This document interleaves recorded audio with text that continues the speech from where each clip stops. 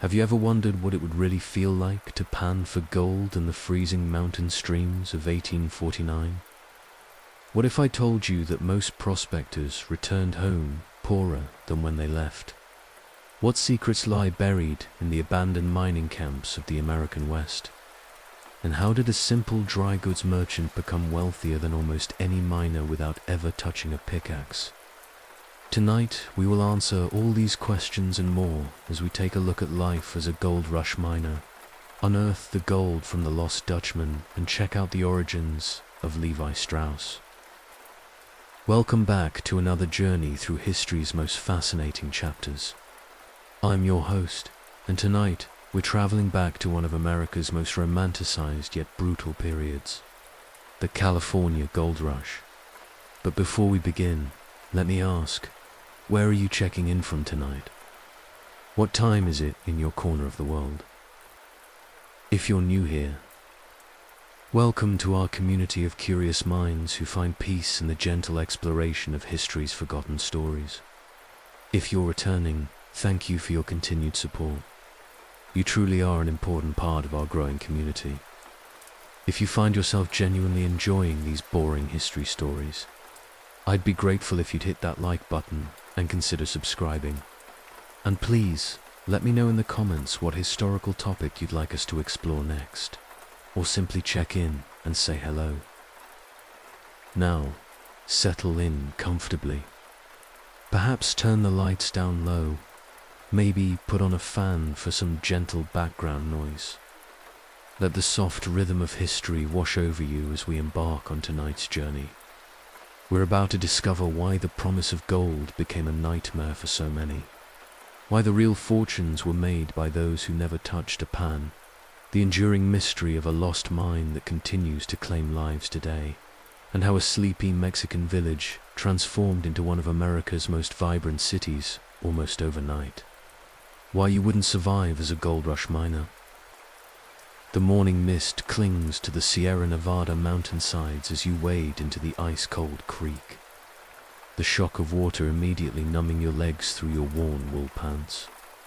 It's barely dawn, and you're already knee-deep in Hangtown Creek, clutching your dented tin pan with fingers so stiff from cold you can barely grip it properly. This is your life now, prospector. This is what you traveled 2,000 miles to California for, what you left your family behind to pursue. Welcome to the reality of gold mining in 1849. You scoop the gravelly sediment from the creek bed, the weight of water and stone making your shoulders burn as you lift the pan above the surface. The technique seems simple enough when you watched others demonstrate it back in Sacramento City. Fill the pan, shake it gently in the water, let the lighter materials wash away, and search for those precious golden flakes that are supposedly heavier than the worthless rocks and sand.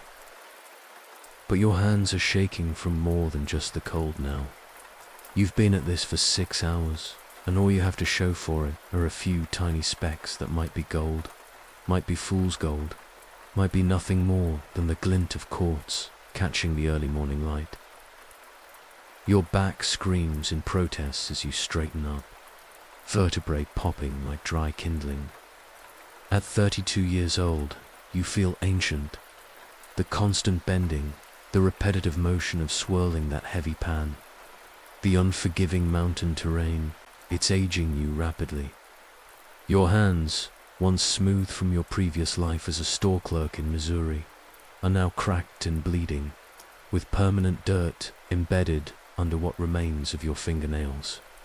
The mountain water is so cold it feels like liquid ice, and by the time afternoon arrives, you'll barely be able to feel your feet inside your soggy boots. But you can't stop. Not when you've invested everything in this venture.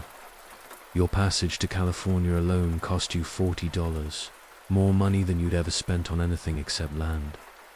Then there was the equipment, the pickaxe, the pan, the shovel, the sturdy boots that are already falling apart after just 3 months of hard use, the supplies for the journey west, the hardtack and salt pork that sustained you across the vast American continent, the canvas for shelter, the wool blanket that's now more holes than fabric.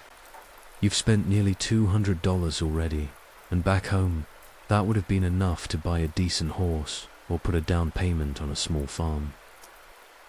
The sun climbs higher, but you're working in the shadow of towering pines, their branches blocking out most of the warming light. Other men work the creek around you, each claiming their small section of stream like territorial animals. There's an unspoken code about how much space each man gets. Usually about 10 feet of creek frontage, but disputes break out regularly. You've already witnessed acclaimed jumping incidents since you arrived in this camp, and both ended with someone getting hurt badly.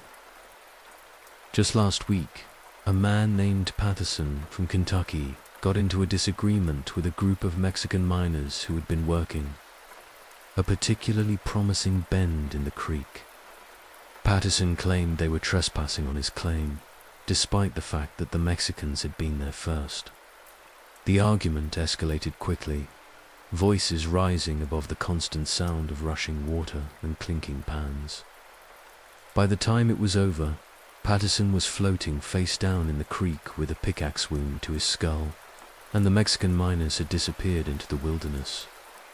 There was no sheriff to investigate, no judge to hold a trial. Out here in the goldfields, justice is swift and brutal, administered by whoever has the strongest arm or the quickest draw. Your stomach growls painfully, reminding you that you've been too focused on your panning to eat anything since yesterday evening. But food is another problem entirely in these mining camps. The nearest general store, if you can call it that, is a ramshackle wooden building 15 miles down the mountain, where a shrewd merchant from San Francisco charges astronomical prices for basic supplies. A pound of flour that would cost you 5 cents back in Missouri now costs 50 cents. Salt pork is 60 cents a pound. Coffee, when you can get it, is $1 per pound, and most of the time it's mixed with ground chicory or worse to stretch the supply. You remember your first trip to that store, how your jaw dropped when you saw the prices scrawled in chalk on a dirty board behind the counter. Eggs were $3 a dozen when you could find them. A pound of butter cost $2. A simple wool shirt, the kind you could buy for 75 cents back home, was priced at $8.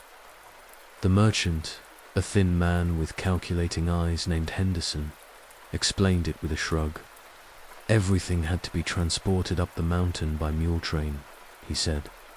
The risk was enormous, the distance extreme. Supply and demand, friend. Supply and demand.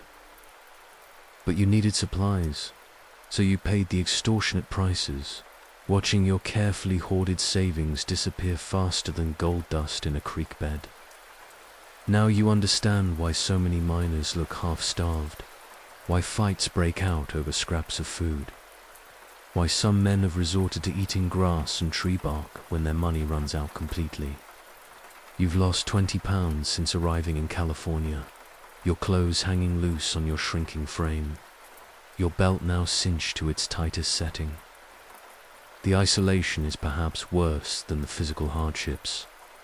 Back home, you were part of a community. You knew your neighbors, attended church on Sundays, participated in town meetings and harvest celebrations. Here, every man is a potential threat, a competitor for the limited gold that might exist in this particular creek.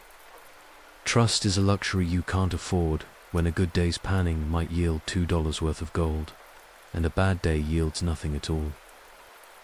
You've been writing letters to your wife Martha back in Missouri, but the postal service to these remote mining camps is sporadic at best. Your last letter from home took 4 months to reach you, and by the time you read about your daughter's birthday celebration, it felt like news from another lifetime. Martha writes about the farm, about how hard it is to manage everything without you, about how little Mary keeps asking when Papa is coming home. You promised you'd be back within a year, wealthy enough to buy the Thompson farm next to yours, enough money to ensure your family's future. But the math is becoming increasingly clear and increasingly cruel. On your best day so far, you've found nearly $3 worth of gold. On your worst days, and there have been many of them, you find nothing. The average is probably somewhere around 50 cents per day, and that's when you work from dawn to dusk in conditions that would kill a weaker man. Meanwhile, your daily expenses for food alone run close to $2. You're literally working yourself into deeper poverty with every passing day. Your savings dwindling while your health deteriorates and your dreams of wealth fade like morning mist. The other miners in your area aren't faring much better. There's Johnson from Ohio, who's been here 8 months and looks like a walking skeleton.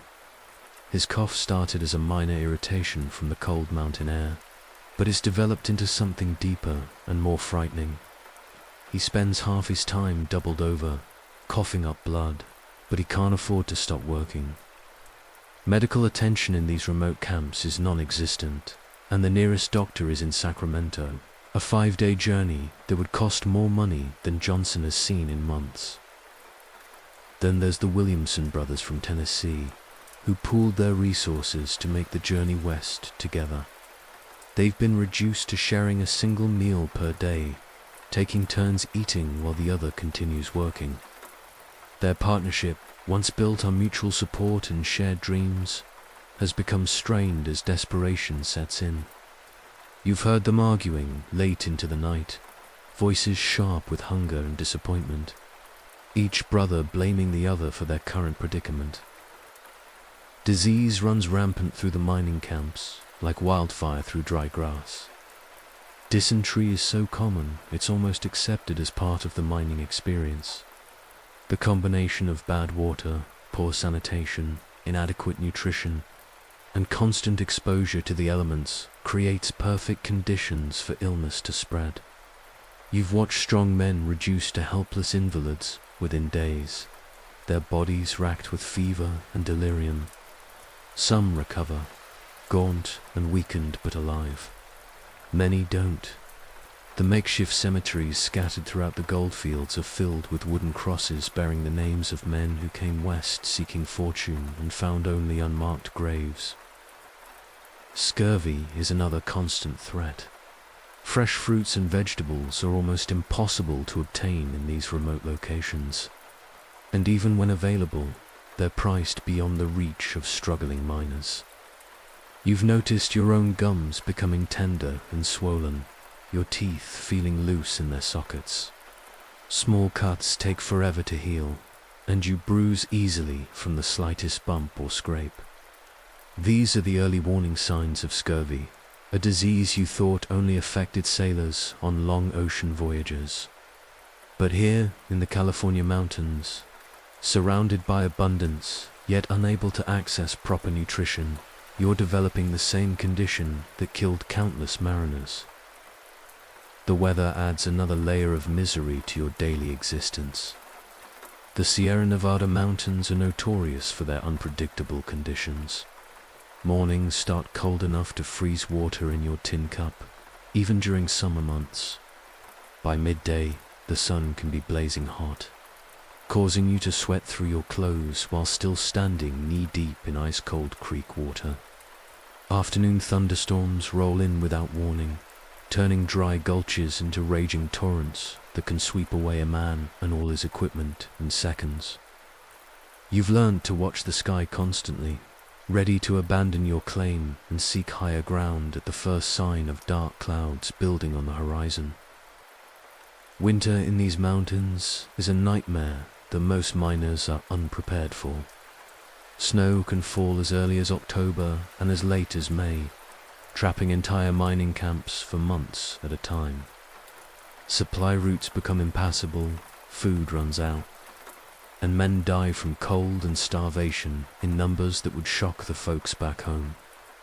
Those who survive the winter often emerge looking like wild men, their hair and beards grown long and unkempt, their clothes reduced to rags, their eyes holding the hollow stare of men who've seen too much suffering.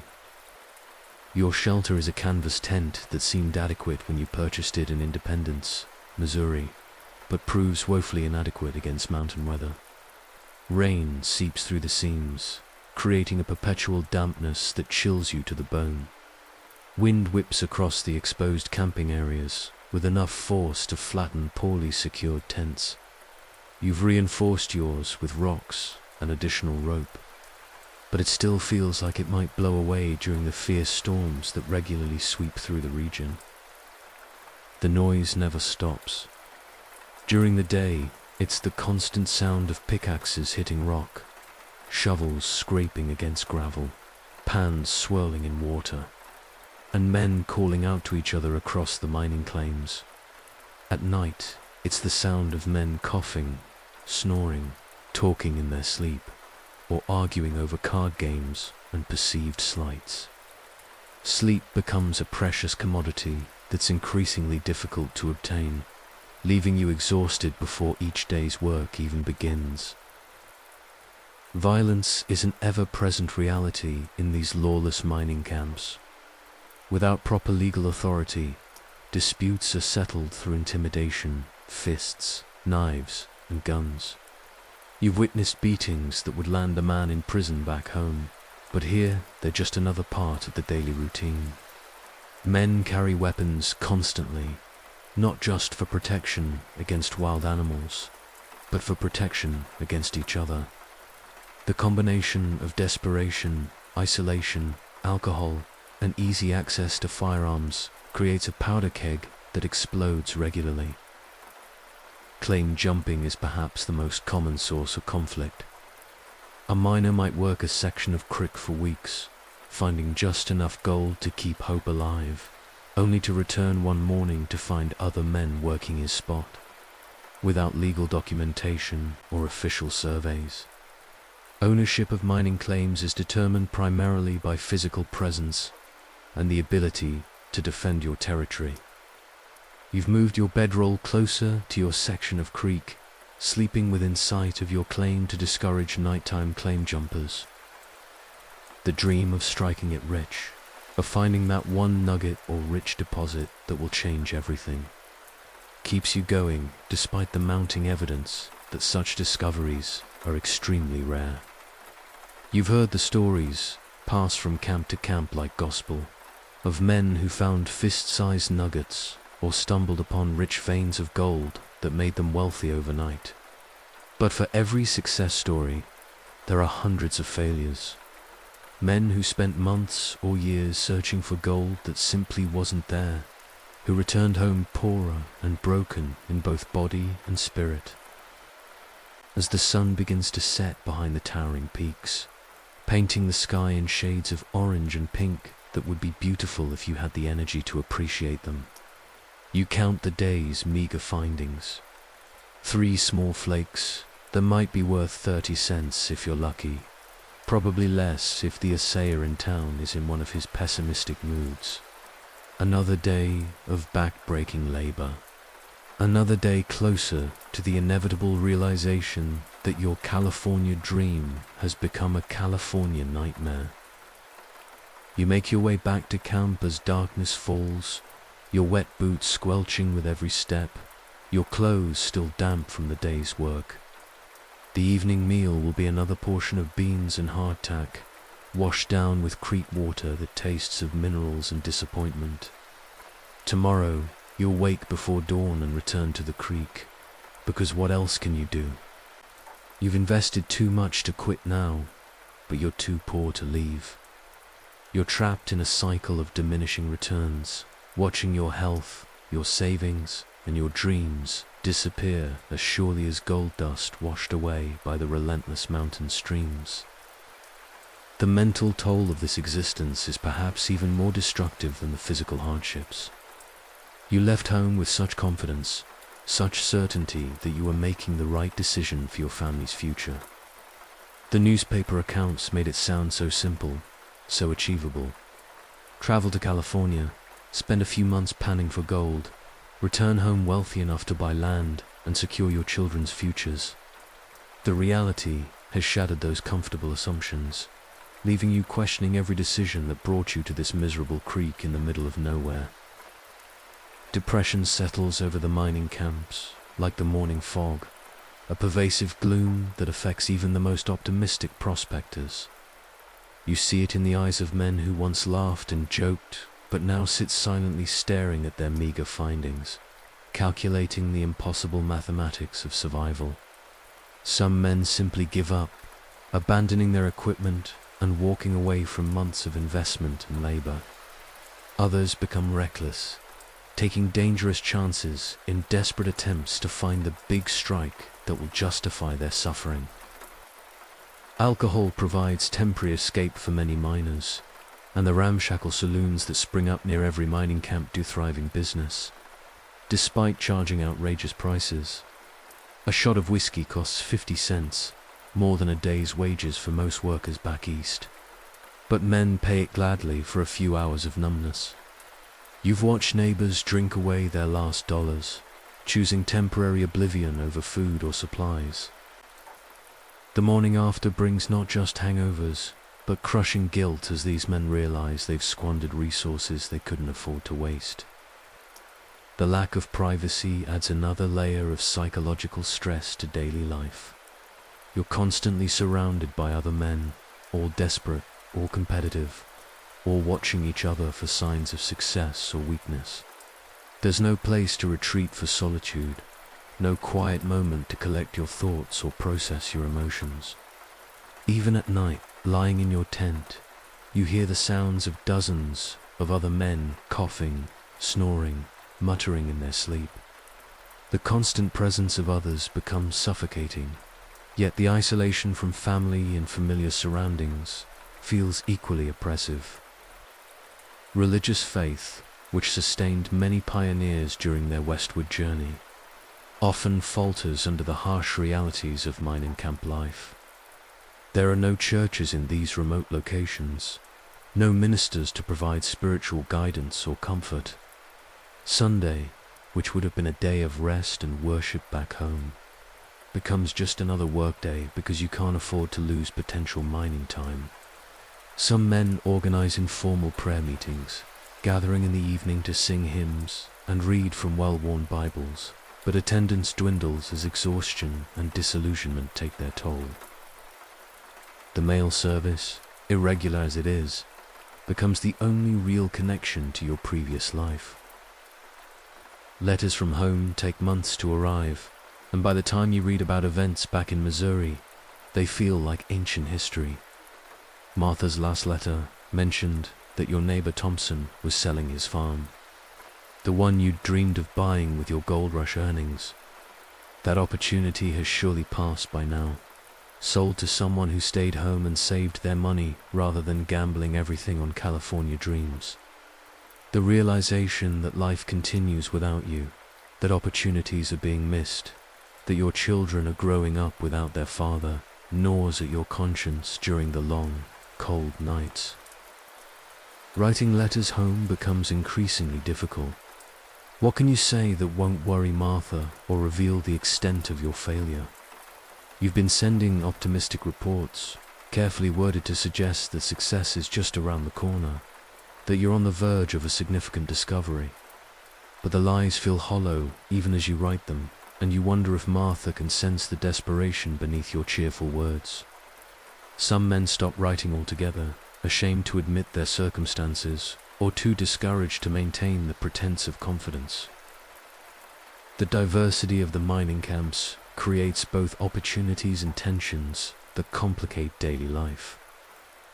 You work alongside men from Mexico, Chile, China, France, and a dozen other nations, each bringing their own mining techniques, languages, and cultural practices. The Chinese miners, in particular, have developed methods for extracting gold from claims that American miners have abandoned as worthless. They work cooperatively in organized groups, sharing equipment and knowledge in ways that give them advantages over isolated individual prospectors. This success breeds resentment among American miners who feel that foreigners are stealing their gold. You've witnessed ugly confrontations where Chinese miners were driven from productive claims by threats and violence. The California legislature has even passed the foreign miners tax. requiring non-American miners to pay exorbitant monthly fees for the privilege of seeking gold on public lands. The law is selectively enforced against Chinese and Mexican miners, while European immigrants are often exempted, revealing the racial prejudices that poison relations between different groups. Violence between ethnic groups is common and often brutal. Just last month, a group of American miners accused a Chilean prospector of claim jumping and took matters into their own hands.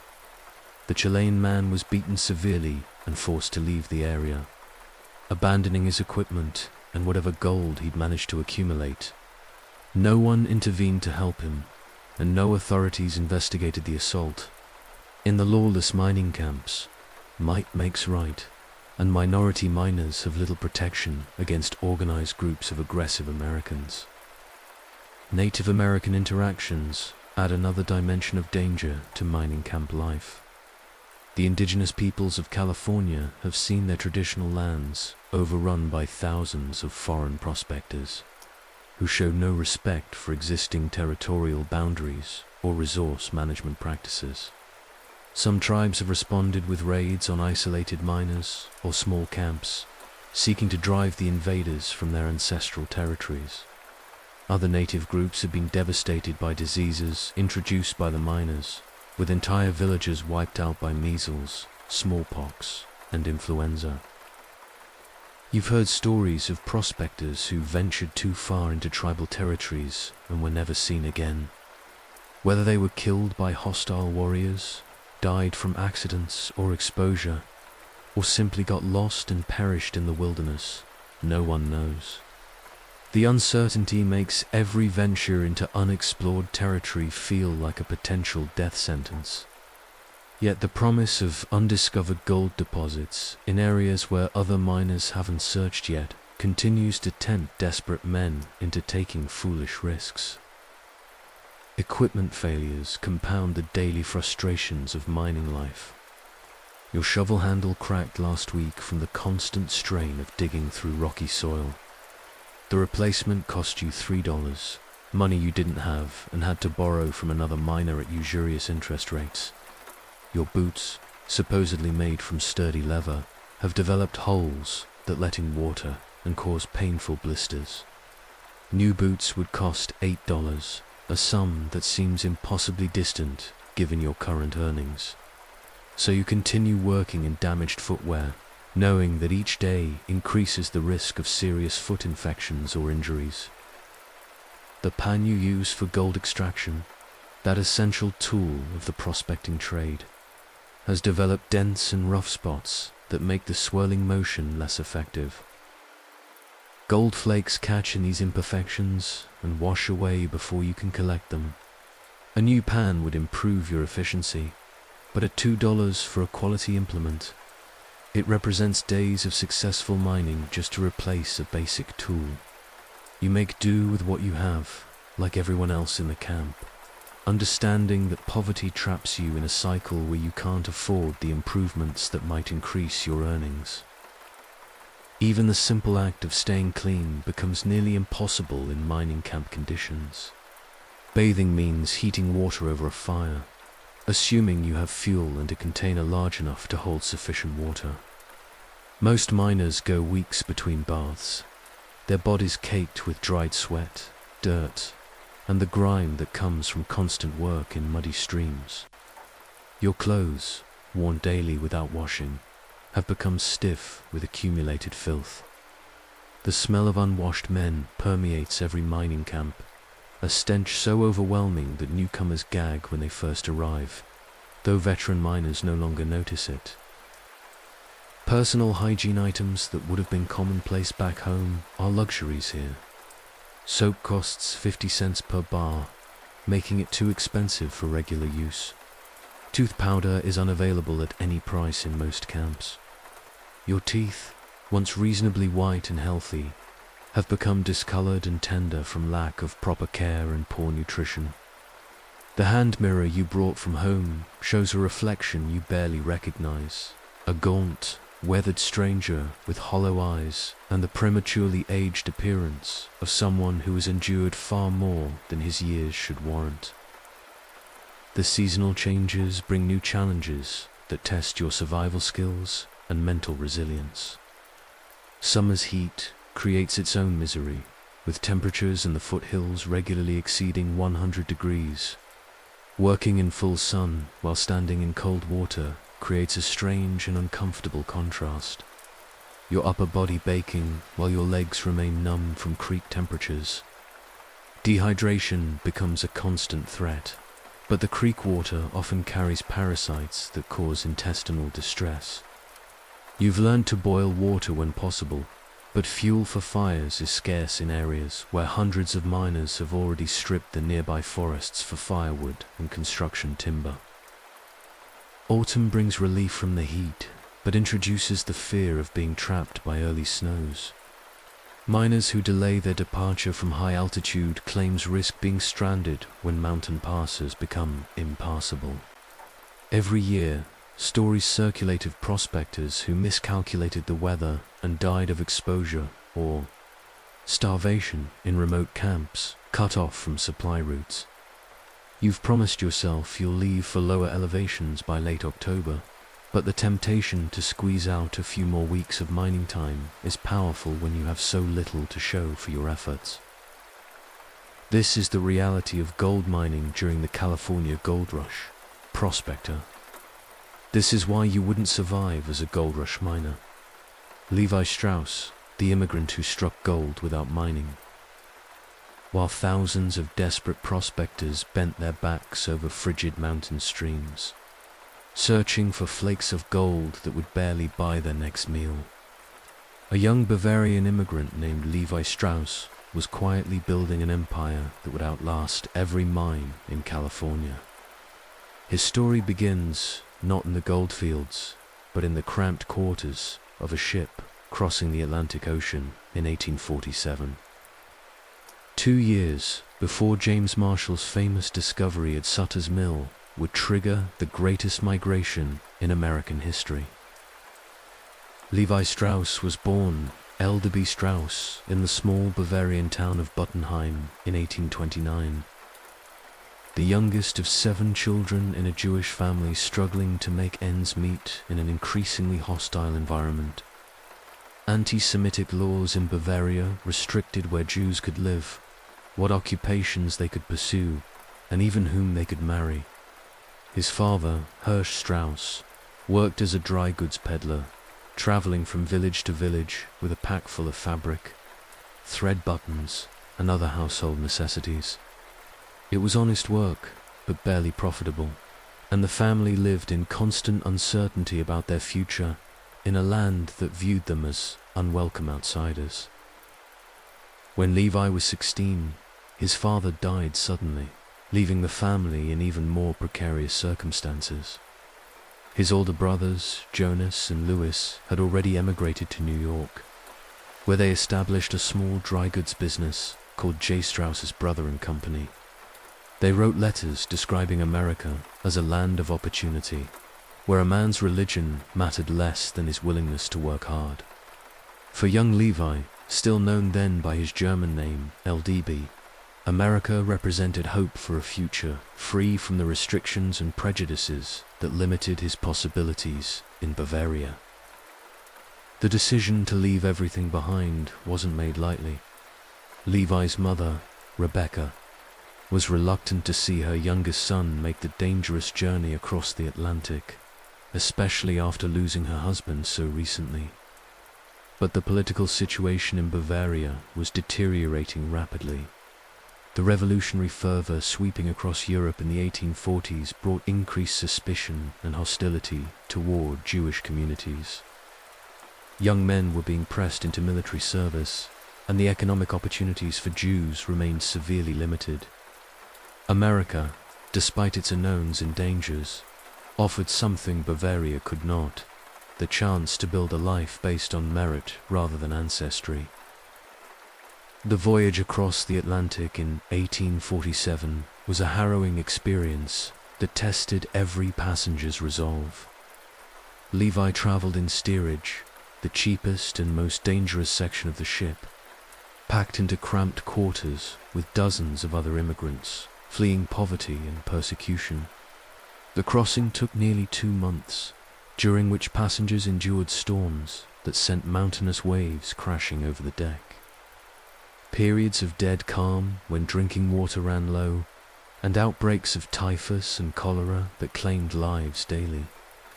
Levi witnessed fellow passengers die and be buried at sea, their bodies wrapped in canvas and slipped over the rail with nothing more than a brief prayer to mark their passing. But Levi survived the crossing and arrived in New York Harbor in early 1848, probably in February or March, though exact records of his arrival have been lost to time. The city that greeted him was unlike anything he had experienced in Bavaria. New York was growing rapidly, its population swelling with immigrants from Ireland, Germany, and other European nations seeking new opportunities. The streets bustled with activity, filled with vendors hawking their wares, construction workers building new tenements and commercial buildings, and the constant flow of people speaking dozens of different languages. Levi quickly reunited with his brothers, Jonas and Louis, who had established their dry goods business on the Lower East Side. The brothers welcomed their younger sibling warmly and immediately put him to work learning that American way of conducting business. This meant more than just understanding currency and measurements. It meant grasping the unique character of American customers, their preferences, their buying habits, and their expectations for quality and service. The dry goods business was competitive and demanding. The Strauss brothers sold fabric, thread, buttons, scissors, and other materials, primarily to tailors, seamstresses, and individual customers who made their own clothing at home. Success required maintaining good relationships with suppliers, understanding fashion trends, managing inventory carefully, and providing customer service that would keep buyers coming back. Levi proved to have a natural aptitude for the business, demonstrating both the mathematical skills necessary for keeping accurate accounts and the interpersonal abilities needed to build lasting customer relationships. For nearly 2 years, Levi worked alongside his brothers in New York, learning every aspect of the dry goods trade. He mastered the art of evaluating fabric quality, understanding how different weaves and fibers would hold up under various uses. He learned to negotiate with suppliers, always seeking the best combination of quality and price. Most importantly, he developed an understanding of what customers truly needed, not just what they thought they wanted. Then came the news that would change everything. In January 1848, James Marshall had discovered gold at Sutter's Mill in California. But news of the discovery didn't reach the East Coast until later that year. When President James K. Polk confirmed the discovery in his State of the Union address in December 1848, gold fever swept across America like wildfire. Newspapers reported that men were picking up nuggets the size of chicken eggs, that fortunes were being made daily, that California was a land where any man willing to work could become wealthy beyond his wildest dreams. The Strauss brothers recognized this development as more than just exciting news. It was a business opportunity of unprecedented scope. Thousands of men would be traveling to California, and they would need supplies. Not just mining equipment, but clothing, fabric for repairs, thread, buttons, and all the other necessities of daily life. Someone was going to supply those needs, and the Strauss brothers intended to be among them. But who should make the journey? Jonas and Louis had established roots in New York, built relationships with suppliers, and developed a customer base that provided steady income. Levi, at 19 years old, was the obvious choice. He was young enough to handle the rigors of travel, unmarried and therefore free to relocate, and eager to prove himself as more than just the youngest brother. The decision was made. Levi would travel to California and establish a West Coast branch of the family business. The journey to California in 1853 was an adventure in itself. Levi chose to travel by steamship to Panama, cross the narrow isthmus on foot and by mule, then take another ship north to San Francisco. This route was faster than the overland journey across the American continent, but it came with its own dangers. Yellow fever and cholera were constant threats in Panama, and the ocean voyages posed risks from storms, mechanical failures, and the ever-present possibility of shipwreck. Levi packed carefully for the journey, bringing not just personal belongings but also samples of fabric and other dry goods that he hoped to sell in California. His brothers provided him with letters of credit and introduction to suppliers in New York, as well as enough capital to establish a small business once he reached his destination. The family's entire future now depended on this young man's ability to succeed in a land none of them had ever seen. San Francisco in 1853 was a city transforming itself almost daily. What had been a sleepy Mexican village called Yerba Buena just 5 years earlier was now a booming metropolis with a population approaching 50,000 people. The harbor was crowded with ships from around the world, many of them abandoned by crews who had deserted to try their luck in the goldfields. Buildings were going up so rapidly that the sound of hammers and saws created a constant din throughout the city. But it was also a city of incredible opportunity for someone with Levi's background and skills. The miners pouring into California needed supplies constantly, and they were willing to pay premium prices for quality goods. More importantly, they were too busy mining to make their own clothes or even repair their existing garments properly. This created a ready market for both fabric and finished clothing. Levi established his first business at 90 Sacramento Street, a modest storefront that served as both retail outlet and warehouse. He named it Levi Strauss & Company, signaling his independence from his brother's New York operation while maintaining the family connection. His initial inventory consisted primarily of fabric, thread, buttons, and other sewing supplies, along with some ready-made clothing items imported from the East Coast. The business model was straightforward but effective. Levi sold directly to individual customers who came to his store, but he also supplied other merchants throughout California and Nevada who then resold his goods in smaller mining towns. This wholesale approach allowed him to move larger quantities of merchandise and establish relationships with customers across a wide geographic area. Success came quickly, but it required constant attention to detail and willingness to adapt to changing market conditions. Levi discovered that miners needed clothing that was more durable than anything available from Eastern manufacturers. The rough work, harsh weather, and limited opportunities for replacement meant that garments had to withstand extraordinary wear and tear. Standard wool and cotton clothing simply couldn't hold up under these conditions. This realization led Levi to experiment with different fabrics and construction methods. He began importing heavier fabrics, including duck cloth and denim, materials that were traditionally used for work clothes, but hadn't been widely adopted for general wear. He also started paying closer attention to construction details, reinforcing seams and stress points that typically failed first and work garments. The breakthrough came in 1872, when a Nevada tailor named Jacob Davis wrote to Levi with an interesting proposition. Davis had been purchasing fabric from Levi Strauss & Company for several years, using it to make work pants for miners and railroad workers. But he had developed an innovation that he believed would revolutionize work clothing: metal rivets placed at stress points to prevent pockets from tearing and seams from ripping. Davis had been using this technique successfully in his own shop, but he lacked the capital to file for a patent or mass-produce the improved garments.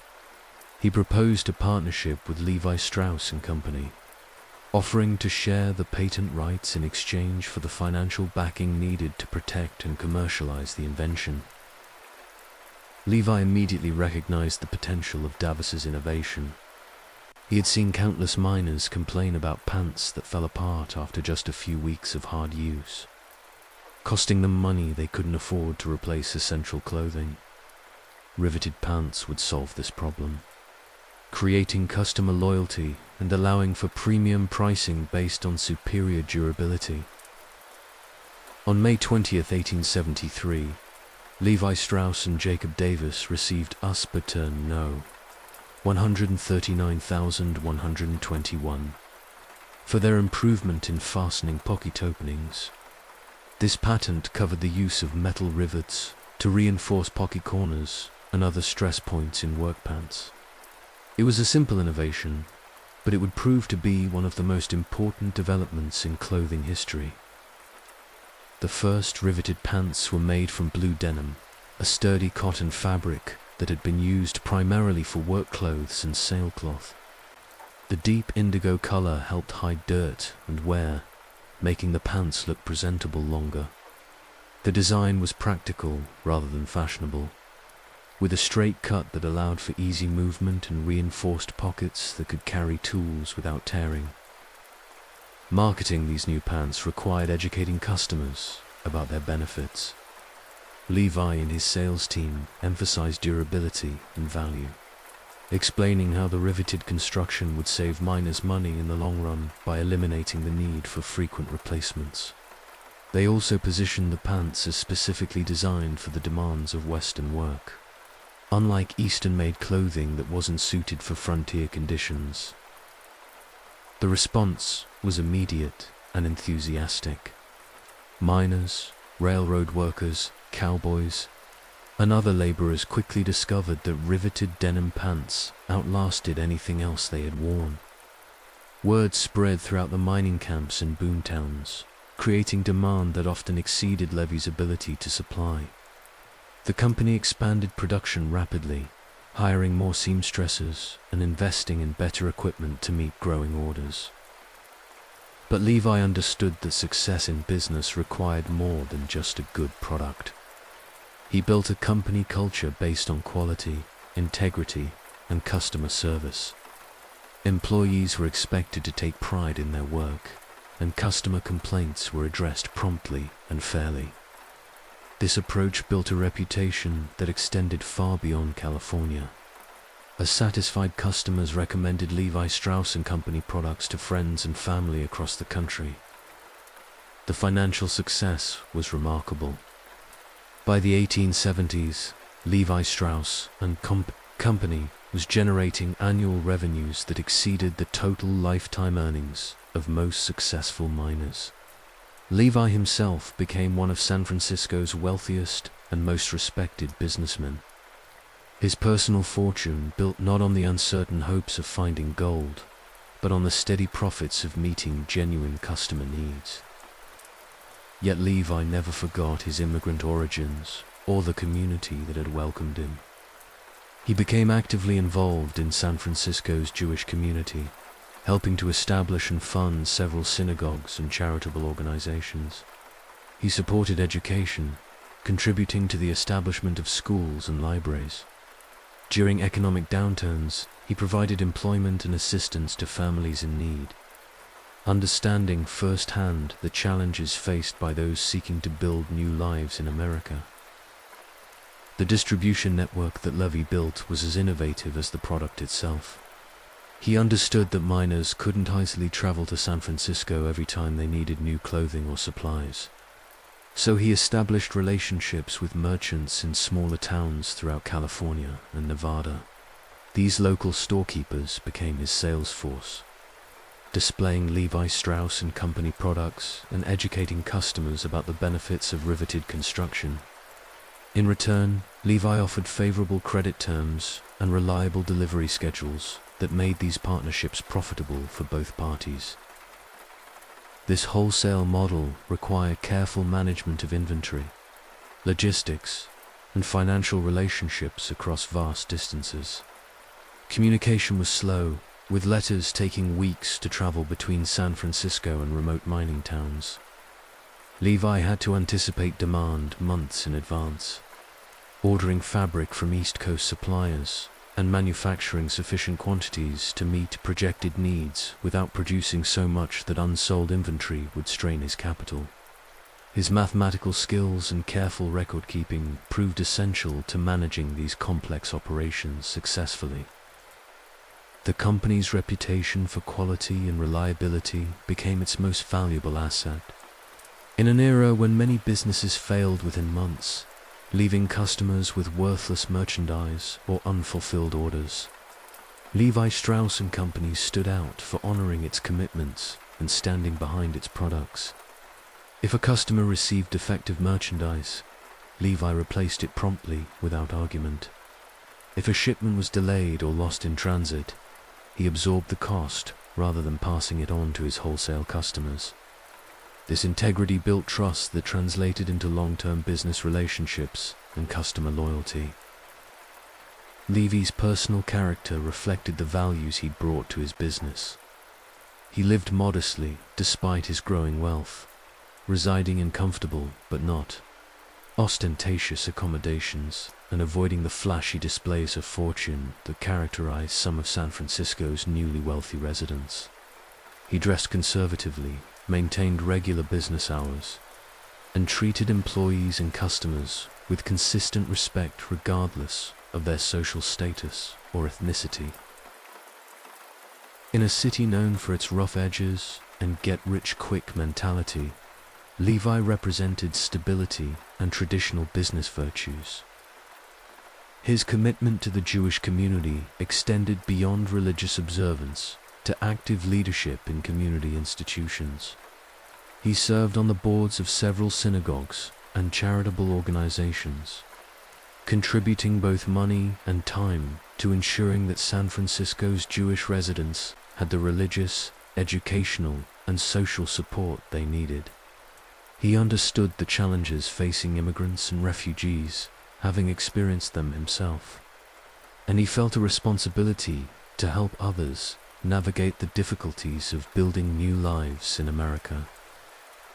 Education was a particular passion for Levi. He believed that learning provided the foundation for individual advancement and community prosperity. He contributed generously to the establishment of schools and provided scholarships for promising students who lacked the financial resources to pursue their education. Several young people who might otherwise have been limited to manual labor were able to attend college or professional training programs, thanks to Levi's quiet financial support.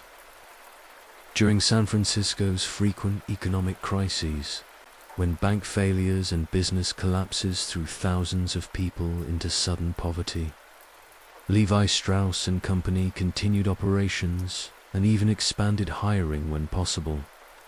Levi understood that maintaining employment during difficult times helped stabilize the entire community, and he was willing to accept reduced profits or even temporary losses to keep people working. His employees repaid this loyalty with dedication and hard work that contributed to the company's long-term success. The partnership with Jacob Davis evolved into a genuine friendship built on mutual respect and shared commitment to quality craftsmanship. Davis moved to San Francisco to oversee production and work directly with Levi on product improvements and new designs. Together, they experimented with different fabrics, construction techniques, and design features. They tested prototypes themselves, wearing the pants during hiking trips and outdoor activities to identify weaknesses and opportunities for improvement. One innovation that emerged from this collaborative process was the addition of a watch pocket. A small pocket within the main front pocket designed specifically for miners and railroad workers who carried pocket watches. This simple feature demonstrated Levi and Jacob's attention to customer needs and their willingness to adapt. Their product based on how it was actually being used in the field.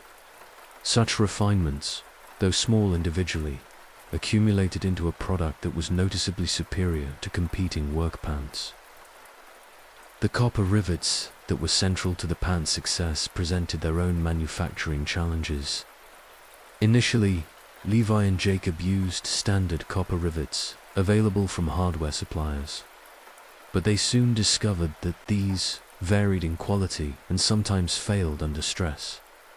The solution was to manufacture their own rivets to precise specifications, ensuring consistent quality and reliable performance. This vertical integration, controlling the production of key components rather than relying on outside suppliers, became a hallmark of Levi Strauss & Company's approach to quality management. As the business grew, Levi faced decisions about expansion and diversification. Should he branch into other types of clothing? Should he open retail stores in addition to his wholesale operations? Should he expand into other geographic markets beyond the American West? Each decision required careful analysis of risks, potential returns, and alignment with the company's core strengths. Levi generally chose conservative expansion, preferring to perfect existing products and markets before venturing into new territories. The company's marketing evolved from simple newspaper advertisements to more sophisticated, promotional materials that told the story of the product's durability and value. Testimonials from satisfied customers were collected and published in catalogs and promotional flyers. Images of miners, cowboys, and railroad workers wearing Levi's pants conveyed the product's association with honest labor and Western ruggedness. This marketing strategy positioned the pants not just as functional workwear, but as symbols of American frontier values and masculine independence. Levi's relationship with his brothers in New York remained strong throughout his California years. They corresponded regularly, sharing business advice and family news. The New York branch of the Strauss family business continued to operate independently, but the two operations maintained friendly relations and occasionally collaborated on large orders or specialized products. This family network provided Levi with emotional support and business connections that enhanced his success in San Francisco. The 1870s and 1880s saw San Francisco mature from a rough frontier boomtown into a sophisticated urban center, and Levi's business matured along with it. The company moved into larger, more modern facilities. Manufacturing processes became more mechanized, with sewing machines and cutting equipment, replacing some hand labor and increasing production efficiency. Distribution networks expanded to serve customers throughout the western states and territories. Employee numbers grew from a handful of workers to dozens, then hundreds, as demand for the company's products continued to increase. Labor relations presented challenges that Levi navigated with the same integrity he brought to customer relationships. He paid fair wages by the standards of the time, provided safe working conditions, and treated employees with respect. When workers had legitimate grievances, he listened and addressed their concerns when possible. This approach helped him avoid the labor conflicts and strikes that plagued many other San Francisco manufacturers during periods of economic tension and social change.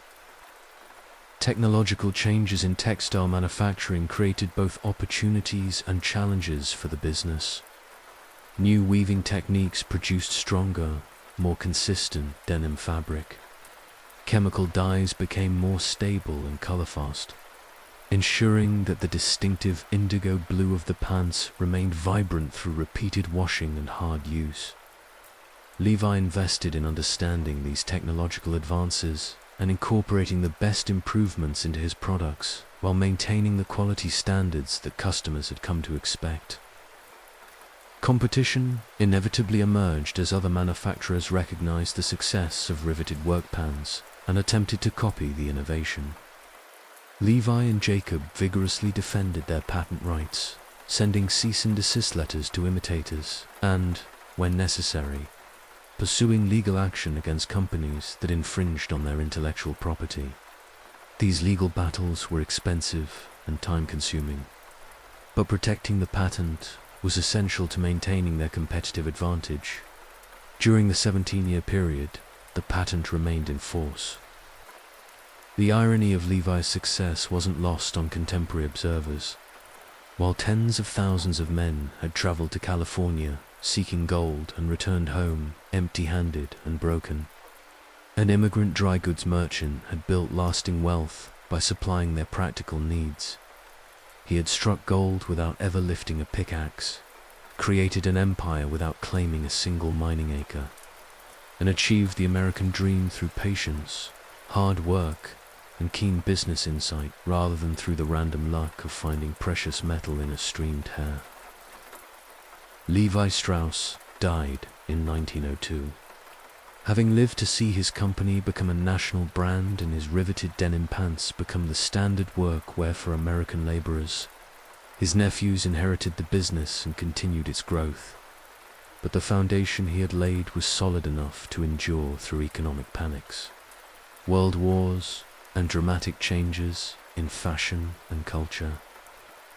Today, more than 150 years after that first patent was issued, Levi's jeans remain one of the most recognizable and successful clothing items in history. They've been worn by miners and movie stars, cowboys and college students, rebels and conformists alike.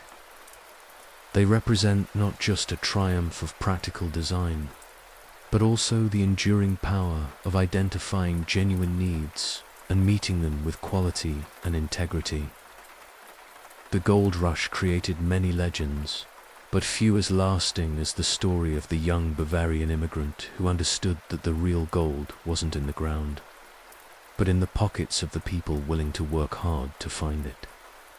Levi Strauss had indeed struck gold, but his fortune was built on thread and denim, rivets and reputation, rather than on the fickle promises buried in California's mountain streams. The mystery of the Lost Dutchman's Mine, Arizona's greatest treasure legend. Deep in the jagged peaks of Arizona's Superstition Mountains, where ancient volcanic ridges cast shadows that seem to swallow light itself, lies perhaps the most enduring treasure mystery in American history. For more than a century, the legend of the Lost Dutchman's Mine has drawn hundreds of searchers into these treacherous mountains, and the desert has claimed at least 20 lives in return. Yet still they come, driven by stories of gold so pure and plentiful that a single trip to the secret mine could make a man wealthy beyond imagination. The story begins not in Arizona, but in the chaos of Mexico's political upheaval during the 1840s.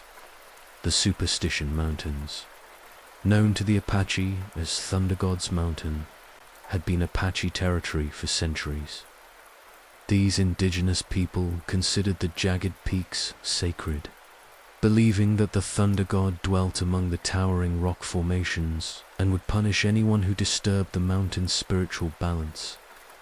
The Apache had discovered gold in these mountains long before any Europeans set foot in the region, but they viewed the precious metal as belonging to the spirits, not to be extracted for personal gain. Spanish conquistadors had heard rumors of gold in these mountains as early as the 1500s, but the fierce resistance of the Apache and the inhospitable terrain discouraged most exploration attempts. A few Spanish expeditions did penetrate the Superstitions, and some Spanish mines were indeed established in the region. These operations were small, dangerous affairs, constantly threatened by Apache raids and limited by the difficulty of transporting supplies and gold across the desert. One of these Spanish operations was allegedly discovered by a family of Mexican miners named Peralta. According to legend, the Peralta family had worked a rich gold mine in the Superstitions for generations, carefully concealing its location from outsiders and maintaining an uneasy peace with the Apache through tribute payments and respectful behavior. The mine was said to produce gold of exceptional purity, nuggets and ore so rich that a single pack mule load was worth more than most men earned in a lifetime. Miguel Peralta, the patriarch of the family mining operation, had supposedly passed the secret location down through several generations. The mine's entrance was cleverly concealed, hidden among the countless crevices and caves that honeycombed the Superstition Mountains. Only family members knew the exact location, and they approached it through a complex route designed to confuse anyone who might attempt to follow them. But the Mexican-American War changed everything. When the Treaty of Guadalupe Hidalgo was signed in 1848, the Superstition Mountains became part of American territory. Mexican mining families like the Peraltas found themselves in an increasingly precarious position. American prospectors and territorial authorities viewed Mexican mining claims with suspicion, and the legal framework that had protected these operations under Mexican law no longer applied. According to the most commonly told version of the legend, the Peralta family decided to make one final expedition to their secret mine in the spring of 1848. They planned to extract as much gold as possible and then abandon the operation permanently, taking their wealth back to Mexico before American authorities could challenge their claims, or American prospectors could discover their secret location. The expedition that departed from Sonora, Mexico, in early 1848 was larger than usual. Miguel Peralta brought not just his immediate family, but also trusted workers and additional pack animals to carry what they hoped would be their final and most profitable harvest from the mountain mine. The group included perhaps 20 men, along with dozens of mules and horses loaded with mining equipment and supplies for an extended stay in the mountains. The mining operation proceeded successfully for several weeks. Working in shifts to avoid detection, the Peralta expedition extracted what witnesses later described as an enormous quantity of gold. Some accounts claim they recovered over $200,000 worth of gold or Ann nuggets, a fortune that would be worth millions in today's currency. The gold was packed into leather bags and loaded onto pack mules for the journey back to Mexico. But their success had not gone unnoticed. Apache scouts had been watching the increased activity in their sacred mountains, and tribal leaders had decided that the Peralta family's long-tolerated presence had finally become unacceptable. The combination of Mexican political instability, American territorial changes, and what the Apaches saw as excessive exploitation of their sacred land led to a decision for decisive action. The attack came as the Peralta expedition was preparing to leave the mountains with their treasure. Apache warriors struck at dawn, catching the miners in a narrow canyon where escape was impossible.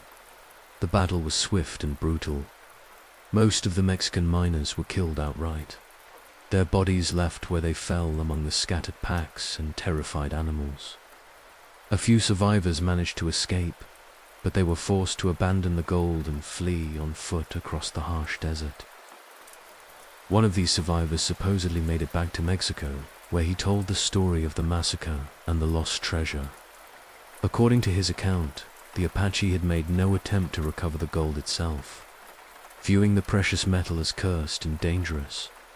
Instead, they had simply wanted to eliminate the miners who had violated the sacred mountain. The bags of gold, or worth a fortune, were left scattered across the canyon floor where they had fallen from the pack animals during the attack.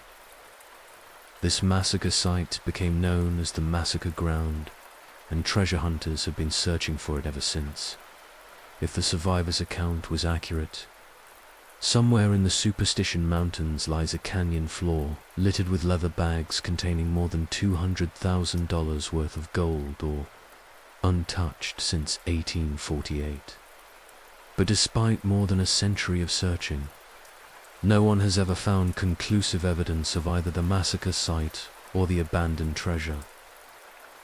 The legend might have remained a local story, known only to Mexican families and Apache tribal members, except for the arrival of a German immigrant named Jacob Waltz,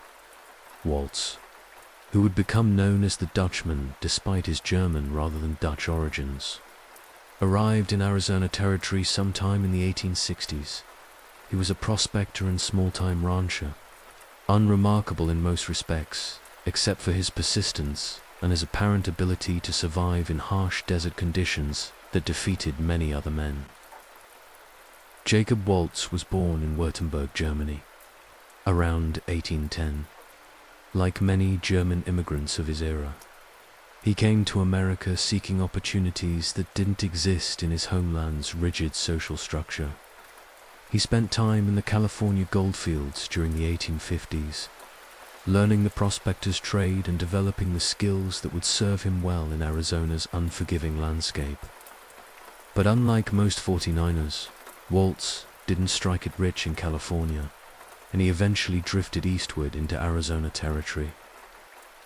Arizona in the 1860s was a dangerous frontier where Apache resistance to American expansion remained fierce and effective. Most prospectors worked in groups for protection, but Waltz often ventured into the mountains alone, displaying either remarkable courage or foolish recklessness. His neighbors in the small settlement that would eventually become Phoenix noticed that Waltz seemed to have access to gold. Small amounts that he would trade for supplies and equipment, but he never revealed where he obtained it. The mystery deepened when Waltz began making periodic trips into the Superstition Mountains. Always alone, always secretive about his destinations and activities. He would disappear for days or weeks at a time, returning with just enough gold to meet his immediate needs. When questioned about his source, Waltz would smile enigmatically and change the subject. This behavior continued for more than 20 years, earning him a reputation as either the luckiest prospector in Arizona or the most secretive. Local speculation focused on whether Waltz had discovered his own mine or had somehow learned the location of the Lost Peralta Mine. Some believed he had made friends with Apache tribal members who had shown him secret gold deposits in exchange for trade goods or other favors. Others theorized that he had found clues to the Peralta Mine's location, possibly from one of the Mexican survivors of the 1848 massacre. The most dramatic version of the story claims that Waltz rescued 2 Mexican miners who were being pursued by Apache warriors. In gratitude for saving their lives, these men told Waltz about the Peralta family mine and provided him with directions to its secret location. Whether this rescue actually occurred, or whether it's simply a romantic embellishment added to the legend over time, remains unknown. What is historically documented is that Jacob Waltz continued his mysterious prospecting activities until the late 1880s. By then, he was an old man, probably in his 70s, and his health was beginning to fail. The harsh Arizona climate and decades of difficult prospecting had taken their toll on his body, and he could no longer make the demanding trips into the Superstition Mountains. In 1891, Waltz became seriously ill with pneumonia. As his condition worsened, he was cared for by a neighbor named Julia Thomas, a widow who operated a small boarding house in Phoenix. According to Thomas's later accounts, Waltz realized he was dying and decided to share the secret of his gold source with the woman who had shown him kindness during his final illness. On his deathbed, Waltz supposedly provided Julia Thomas with detailed directions to his secret mine in the Superstition Mountains. He described landmarks, warned her about dangerous areas to avoid, and even drew a crude map showing the mine's approximate location. Most importantly, he told her that the mine contained enough gold to make her wealthy for the rest of her life, if she could find it and extract the ore safely. Waltz died on October 25, 1891, taking with him the definitive knowledge of whether his gold source was a rediscovered Spanish mine, a new discovery of his own, or simply a clever story designed to explain gold obtained through other means. Julia Thomas was left with his cryptic directions and the tantalizing possibility that she held the key to one of the West's greatest treasure secrets. Thomas made several attempts to locate Waltz's mine using his deathbed directions, but the Superstition Mountains proved as unforgiving to her as they had been to countless others. The landmarks Waltz had described were either impossible to locate or had been altered by erosion, rock slides, and the passage of time. What seemed clear in the dying man's fevered recollections became confusing and contradictory when applied to the actual mountain terrain. Frustrated by her own failed search attempts, Thomas eventually shared Waltz's directions with other treasure hunters, hoping that a larger group might succeed where she had failed alone. This decision transformed the Lost Dutchman's Mine from a local mystery into a nationally known treasure legend. Newspapers picked up the story, dime novels romanticized the tale, and treasure hunters began flocking to the Superstition Mountains from across the country. The first major organized search took place in the 1890s, led by a group of investors who had purchased copies of Waltz's supposed map from Julia Thomas. They spent months in the mountains, following various interpretations of the cryptic directions, but found no trace of the legendary mine. Their failure only added to the mystery and convinced many people that the mine's location had been deliberately obscured to prevent easy discovery. As the 20th century progressed, the Lost Dutchman legend continued to grow. Each failed expedition added new theories about the mine's location, and each treasure hunter story contributed additional details to the ever-expanding mythology. Some searchers claimed to have found Spanish mining equipment or Apache, artifacts that seemed to support various aspects of the legend. Others reported discovering gold or samples that suggested rich deposits somewhere in the mountains. But the Superstition Mountains extracted a terrible price from those who sought their secrets. The desert environment was harsh and unforgiving, with summer temperatures exceeding 120 degrees Fahrenheit and limited water sources. The terrain was treacherous, filled with steep cliffs, unstable rock formations, and flash flood dangers. Wildlife included rattlesnakes, scorpions, and mountain lions, all capable of killing unwary treasure hunters. The first recorded death associated with the Lost Dutchman search occurred in 1931, when a treasure hunter named Adolf Ruth disappeared in the mountains. Ruth's skull was discovered 6 months later, apparently killed by a gunshot wound. Some investigators concluded he had been murdered by someone protecting the mine's secret location, while others believed he had been the victim of random violence or had died in an accident that damaged his skull in a way that resembled a gunshot wound. More deaths followed over the decades. Some treasure hunters died from dehydration and heat exposure when they became lost in the maze-like mountain terrain. Others fell from cliffs or were caught in flash floods that turned dry washes into raging torrents. A few disappeared completely, their bodies never recovered despite extensive search efforts. By most counts, at least 20 people have died searching for the Lost Dutchman's Mine, though the exact number depends on which deaths are considered directly related to the treasure hunt. Modern treasure hunters use sophisticated equipment unavailable to earlier searchers. Metal detectors, ground-penetrating radar, GPS navigation systems, and satellite imagery have all been employed in attempts to locate the legendary mine. Some searchers have used helicopters to access remote areas of the mountains, while others have employed geological surveys to identify areas where gold deposits might naturally occur. Despite these technological advantages, the mine remains as elusive as ever. Every few years, someone claims to have found new clues or evidence, but none of these discoveries have led to the actual mine site. The Superstition Mountains have become a vast outdoor laboratory for treasure hunting techniques, but they have stubbornly refused to yield their greatest secret. The mystery has spawned numerous theories about what really happened to the Lost Dutchman's Mine. Skeptics argue that Jacob Waltz never had a secret mine at all, suggesting instead that he obtained his gold through more conventional means and invented the mine story to protect his actual sources. Some believe the mine existed but was deliberately sealed by Apache tribal members to prevent further exploitation. Others theorize that natural disasters, such as earthquakes or rock slides, have buried the mine entrance beyond recognition. The most romantic interpretation holds that the mine still exists, waiting for the right combination of determination, skill, and luck to reveal its location.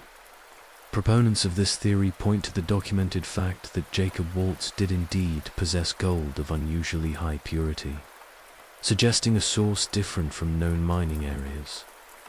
They argue that the Superstition Mountains' complex geology could easily conceal rich gold deposits, and that the mine's entrance might be hidden in one of the thousands of caves and crevices that dot the mountain landscape.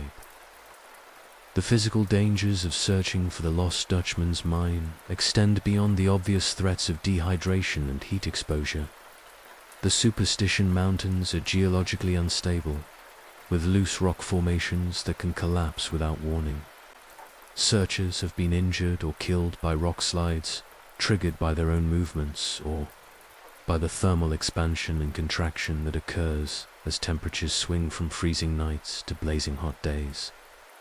The volcanic rock that forms much of the mountain range is particularly treacherous, with sharp edges that can slice through boots and clothing, and unstable surfaces that give way underfoot. The mountains are also home to abandoned mine shafts from various historical mining operations, vertical holes that drop hundreds of feet into darkness. These shafts are often concealed by vegetation or partially collapsed, creating deadly traps for unwary treasure hunters. Several searchers have fallen into these hidden shafts, their bodies never recovered from the depths. Modern treasure hunters use metal detectors and ground-penetrating radar to identify potential hazards. But the sheer number of old mining operations scattered throughout the Superstitions means that danger lurks around every corner. Weather conditions in the mountains can change with startling speed. Clear morning skies can give way to violent afternoon thunderstorms that turn dry washes into raging torrents within minutes. Lightning strikes are a constant danger during these storms, as the exposed ridges and isolated trees that offer the only shade become natural lightning rods. Flash floods have swept away searchers and their equipment, sometimes carrying bodies miles downstream before depositing them in locations where they might not be discovered for weeks or months. The psychological effects of searching for the Lost Dutchman Mine can be as dangerous as the physical hazards. Treasure fever, a form of obsession that grips some searchers, leads to increasingly risky behavior and poor decision-making. Men who start with reasonable caution gradually convince themselves that the mine is just over the next ridge, just around the next bend, requiring only one more day of searching. They push their physical limits beyond safe boundaries, skip meals to extend searching time, and ignore warning signs of dehydration or heat exhaustion. This obsession has destroyed marriages, bankrupted families, and consumed entire lifetimes. Some searchers have spent decades pursuing the Lost Dutchman, investing hundreds of thousands of dollars in equipment, permits, and expeditions that yield nothing but frustration. They become convinced that previous searchers missed obvious clues, that they possess unique insights or information that will lead them to success where others failed. The mountains become an addiction, drawing them back repeatedly despite mounting evidence that their quest is futile. The legend has spawned an entire subculture of Lost Dutchman researchers, enthusiasts who study historical documents, analyze geological surveys, interview descendants of historical figures, and debate theories about the mine's location with the passion of religious scholars interpreting sacred texts. Online forums and social media groups are filled with amateur historians sharing their latest theories, often supported by elaborate chains of reasoning built on questionable historical sources and speculative connections. Some researchers claim to have decoded hidden messages in Jacob Waltz's deathbed statements, arguing that his directions were intentionally cryptic to prevent casual treasure seekers from finding the mine. They analyze every word he allegedly spoke, looking for double meanings, coded references to geographical features, or clues that only someone with specialized knowledge could understand. The fact that different sources report different versions of Waltz's final words only fuels more speculation and competing interpretations. Maps allegedly showing the mine's location surface periodically, each accompanied by colorful stories about how they were discovered. Some claim to be copies of original Spanish documents showing the Peralta mine. Others are supposedly based on information from Apache tribal members who revealed sacred secrets. Still, others are presented as Waltz's own maps, discovered in old trunks, hidden in walls of demolished buildings, or purchased from the estates of people who knew the old prospector. Without exception, these maps have proven either fraudulent or too vague to be useful. But they continue to attract believers willing to invest money and effort based on dubious evidence. The commercial exploitation of the Lost Dutchman legend has created a small industry in Apache Junction, the town nearest to the Superstition Mountains. Gift shops sell maps, books, and souvenirs related to the treasure hunt. Tour guides offer expeditions into the mountains, promising to show guests the most likely locations for the hidden mine. Museums display artifacts allegedly connected to Jacob Waltz or the Peralta family, though the authenticity of these items is often questionable. The legend has become a tourist attraction that generates revenue for the local economy, creating financial incentives to keep the mystery alive, regardless of historical accuracy. Documentary filmmakers and television producers have made numerous programs about the Lost Dutchman's mine, each promising to solve the mystery once and for all. These productions typically feature treasure hunters using the latest technology, conducting extensive searches and discovering tantalizing clues that seem to point toward the mine's location. Yet somehow, the mine itself always remains just out of reach, and the programs end with promises that the search will continue. The entertainment value of the hunt proves more valuable than actually finding the treasure, which would end the story and eliminate future opportunities for content creation.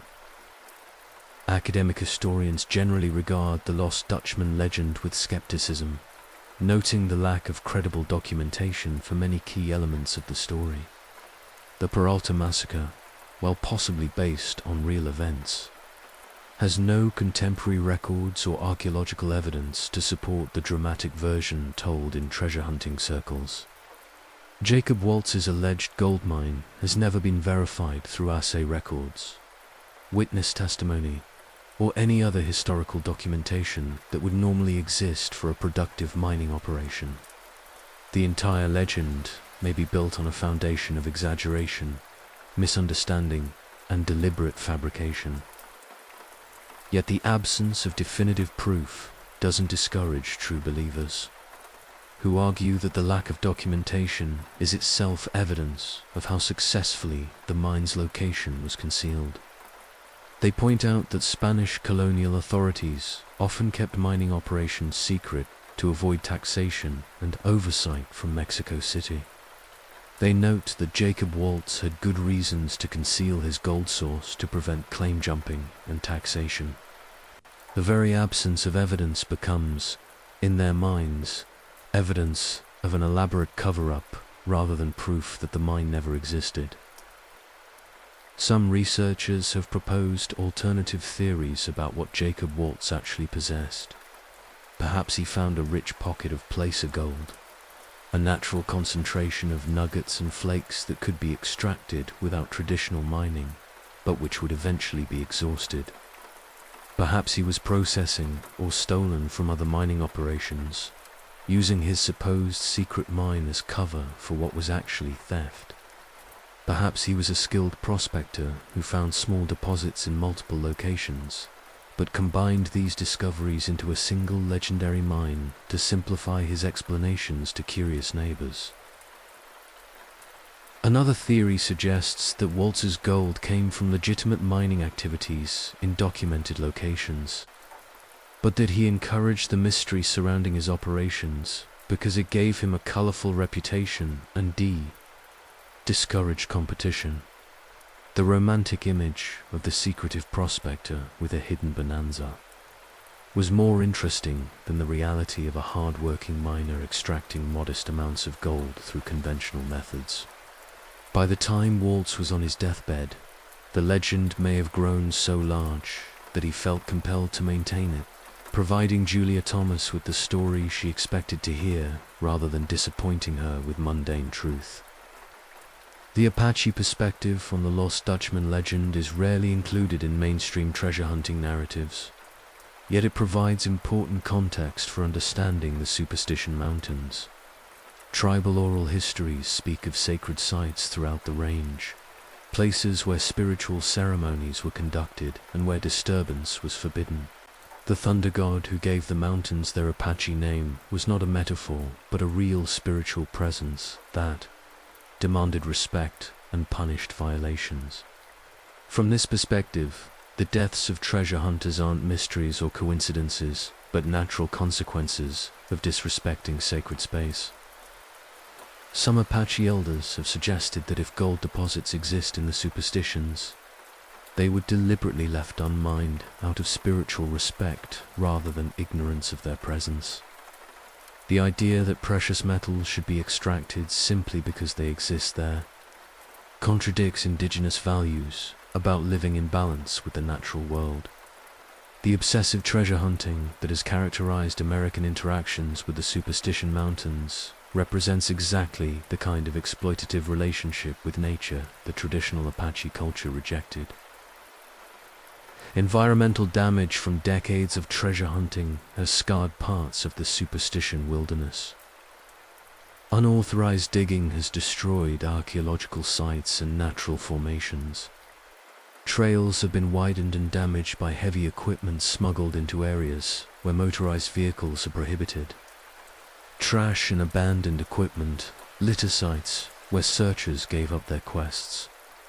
The modern wilderness designation provides some protection against the worst abuses, but enforcement is difficult in such a vast and remote area. Whether the Lost Dutchman's Mine is real or legendary, its impact on American folklore and treasure hunting culture is undeniable. It represents the enduring appeal of hidden wealth, the belief that somewhere in the vast Samaritan landscape lies a secret that could transform an ordinary person's life overnight. The legend combines elements that resonate deeply with American mythology: the mysterious immigrant with secret knowledge, the sacred Native American mountain, the Spanish colonial heritage, and the promise that persistence and courage might still uncover extraordinary rewards. The Superstition Mountains continue to attract treasure hunters, hikers, and curiosity seekers from around the world. The area has been designated as a wilderness preserve, which limits the types of searching activities that are permitted, but it hasn't eliminated the desire to solve one of America's greatest treasure mysteries. Modern searchers must obtain permits and follow strict environmental guidelines, but they still come, drawn by the same hopes and dreams that have motivated treasure hunters for more than a century. Perhaps the real treasure of the Lost Dutchman legend isn't gold at all, but the enduring human fascination with mystery and the possibility of discovery. In an age when satellite imagery can map every corner of the earth and internet searches can answer almost any question instantly, the Superstition Mountains represent one of the few remaining truly unknown places. They hold secrets that technology hasn't been able to unlock, mysteries that resist easy answers, and the tantalizing possibility that some dreams of hidden treasure might actually be true. Life in San Francisco during the gold rush boom. While prospectors struggled in the harsh mountain goldfields, and legends of lost mines captured imaginations across the territory. The real transformation of the American West was happening 60 miles away in a muddy bayside settlement that would become one of the world's great cities almost overnight. San Francisco during the gold rush was a place where fortunes were made not from mining, but from feeding, housing, entertaining, and supplying the endless stream of gold seekers flowing through its streets. It was a city where a Mexican village of 200 souls exploded into a cosmopolitan metropolis of 50,000 residents in less than 5 years, creating a unique urban experiment unlike anything the world had ever seen. The transformation began on a quiet morning in January 1848, when James Marshall discovered those fateful gold flakes at Sutter's Mill in the Sierra Nevada foothills. At that moment, the settlement on San Francisco Bay was still called Yerba Buena, a sleepy outpost of Mexican California with adobe houses scattered along dirt paths, a small plaza where cattle grazed freely, and a population that knew each other by name. The few hundred residents included Mexican rancheros, American traders, European immigrants, and native Californians who had lived there for generations under Spanish and Mexican rule. By December of that same year, President Polk's confirmation of the gold discovery had reached the eastern United States, and ships were already departing from New York, Boston, and European ports loaded with passengers desperate to reach the California goldfields before the easy wealth disappeared. These vessels had to make the long journey around Cape Horn, a voyage of 5 to 8 months through some of the most dangerous waters on Earth, but the alternative overland route across the American continent was equally perilous and took just as long. The first wave of Argonauts, as the gold seekers came to be called, began arriving in San Francisco Bay in early 1849.